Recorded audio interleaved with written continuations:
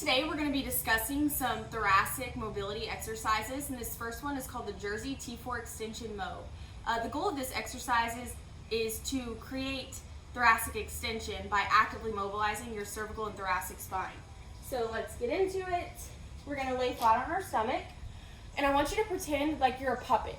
So your puppeteer has a string attached to each vertebra and then one on each wrist.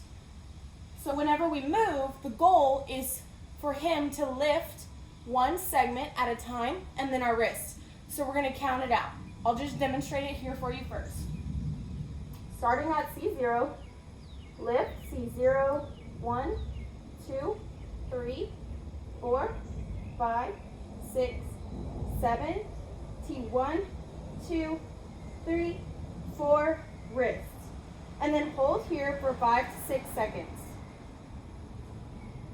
And then come down and do it again. C0, 1, 2, 3, 4, 5, 6, 7, T1, 2, 3, 4, wrist. And relax. So, usually for people who don't have much thoracic extension, we'll have them hold for 5 to 6 seconds, doing that for 5 to 6 rounds.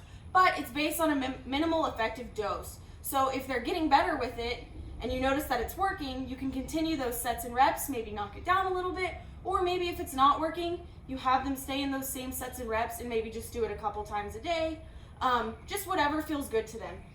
So let's talk about some faults.